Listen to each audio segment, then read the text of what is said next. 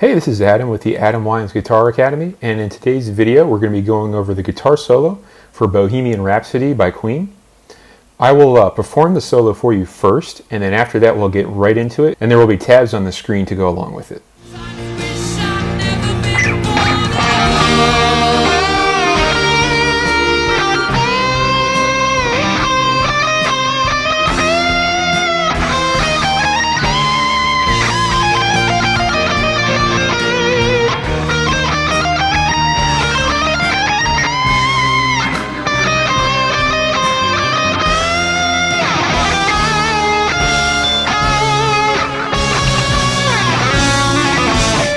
Okay, so at the first measure we have a couple rests, and it starts on a B flat note, the 8th fret of the D string.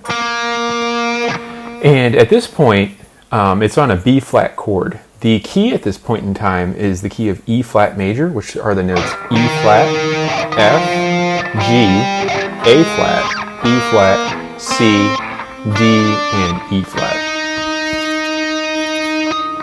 So the B flat chord is the 5 chord in the context of E flat major. Reason for that is B flat is the 5th note of the scale, so it's the chord you build on the 5th note, hence the reason we get the term the 5 chord. So after we have that, we come over to the next measure, which is an E flat chord. And the B flat hangs out and is still ringing through at this point. That's why there are parentheses around the 8. Next we go to the 10th fret of the 3rd string, and we bend it.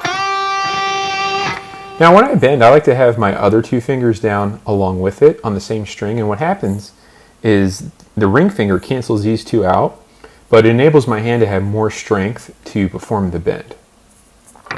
So when you do a full step bend, you need to be careful that when you go to bend that the note you're going to pick will bend so that it sounds like 2 frets away. So when you go to practice this bend and then check it at the 12th fret to see that you're getting it correct. So I can hear that I did it correctly. What you're trying to avoid is this. That would be a half step bend, and that would not sound very good in context of the solo, especially being in the key of E flat. That's a common mistake that beginner and less experienced players make, so if you fix that early on, it's going to make a big difference in your playing. Now after the bend, we come and play the 8th fret, because the 10 you see there is just the bend coming back down. So once the bend comes back down, you pick the 8th fret. So what that would sound like is, so you heard me bend up, you heard it come back down, and then I picked 8. Then I'm going to pick 11 on the 2nd string, and then 8 on the 2nd string. Now to analyze this a bit, because it's the E flat chord, as mentioned we have the B flat note from before. That's the 5th of an E flat chord. And in E flat chord you have the notes E flat, G, and B flat, the root, the 3rd, the 5th. So B flat is the 5th as mentioned. Next we hit the F note here, which is a note from the scale. Really we're bending it to sound like G. So that's really the note that's getting hit, which is the 3rd of an E flat. Makes perfect sense, it's a chord tone. Then it comes back down to F, the bend, which is just F again. Then we're going to play E flat, which is the 8th fret, which is the root of the chord. And then we're going to play B flat again up an octave, which is the 5th of the chord. Then we hit G, which is the 3rd of the chord. The next measure we come over to C minor, and the first note is a B flat bending into C. So B flat, you can think of that as the 7th of a C minor chord, or really like a scale tone from E flat going right into C. So it's almost like a scale thing. So that's 11 bending up to 13. And again, we want to check that, we're hitting the right bend. The X's there, you can ignore those, but those are called ghost notes. That just means you do the kind of thing where you mute the strings. It's not like a palm muted thing. They're called ghost notes, but I don't do it here. I just ignore that. I go right to the 13, then 15, 16, 13 again, 15, 16. So what's happening here in terms of music theory is the B flat is a scale tone bending into the root, which is C. Then we're playing C over here, and then D, E flat, and then we're repeating that. C, D, E flat, that's just like the C minor scale. The C minor scale and E flat major are the same key. It's just that C minor starts on C instead of E flat. Next we come over to F minor in the next measure, and we have a 16 with a full step bend. Then we hit the 13 actually. because that 16 you're seeing is where it comes back down. So once you've gone up and come back down, you hit the 13. Then we're going to hit 16, but slide right away into 18. So that small 16 you're seeing is going to be a slide right into 18. Then 15, then 16 and 18 on the first string, and then another full step bend with 18. So music theory-wise, we're hitting an E flat, which is the 7th of an F minor chord, or just a scale tone bending into the root.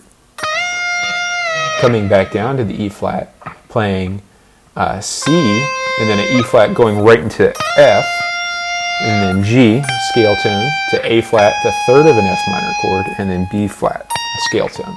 The F minor chord has the notes F, A flat, and C in it. So you're going to see a mix of chord tones and scale tones. That's really common with guitar solos and improvisation. So the more solos you learn, the more you're going to see this.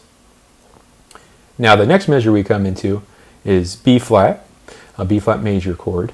And we have an 18 bending up a whole step again. Coming back down to 18. That's what that 18 with the S is. Then we're going to pick 16, and then 15, and then 16. Then here we're going to pick 15, hammer on to 16, pull off to 15. To get an effective hammer and pull off, I like to really hammer on really hard and flick off really hard. Now after that, we hit 18 on the second string, 15 on the first string, 18 on the second, 16, 15, 16, and then another hammer on pull off deal, 15, 16 to 15, and then 17 on the third, 15 on the second, 17 on the third, and then 15 on the third with some vibrato. And so that's what the parentheses there is. It just means the 15 is ringing, and then the squiggly line is the vibrato. When you do vibrato, it looks kind of like your hand is just swinging around, as you can see. So you may want to practice that a little bit. So music theory-wise, what we have going on here on the context of a B flat chord is we have a B flat note, the root bending up to C, coming back down to B flat. Then we're playing A flat, which is a scale tone. You could also think of this as the minor 7 of a B flat major chord, which would be dominant to be precise. Now after the A flat, we have G, which is another scale tone, back to A flat, G, A flat, G. Then we have F, the 5th, to G, to F, to E flat, to D, which is the 3rd of a B flat chord, E flat, D, E flat, D, C, D, C, B flat. So as you can see, it's a mix of scale tones and chord tones, just like before. So in context,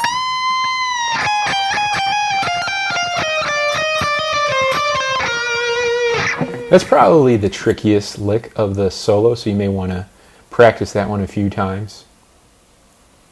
Okay, the next measure, we have an E flat chord, and the notes here are 15, 17 on string 3, 15, 16, 18 on string 2, 15, 16, 18 on string 1. So this has a lot of the same kinds of notes from the previous lick, but it's a lot easier, and then it just repeats.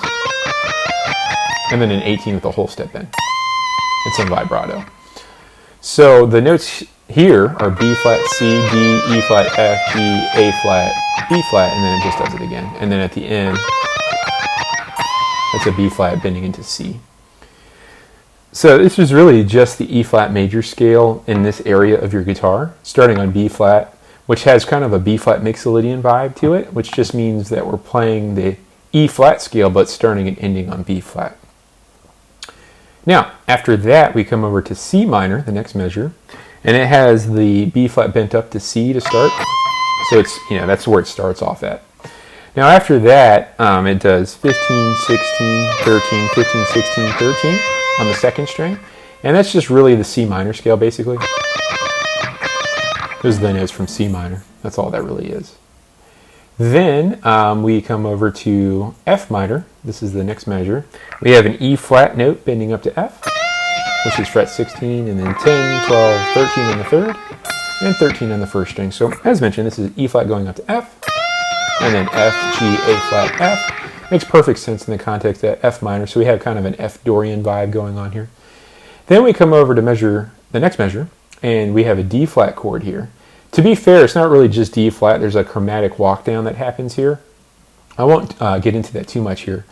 But the point being is it's basically a D flat chord. That chord is not really in the key of E flat, So it's not like harmonically normal, but that's cool. It happens in music, and it's very nice and very interesting. So now we're going to play fret 13, and then 14 on the second, and then a quick little triplet little thing with your pick.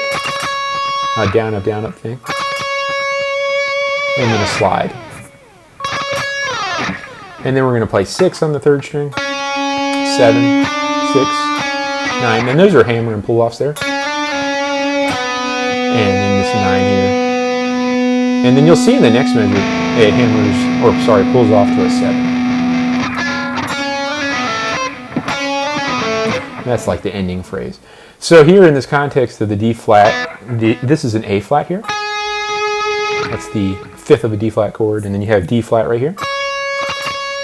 Then you have D flat down the octave, then a D chromatic note to a D flat to a B note, and then an A note. And the A note in the last measure, that's what that is.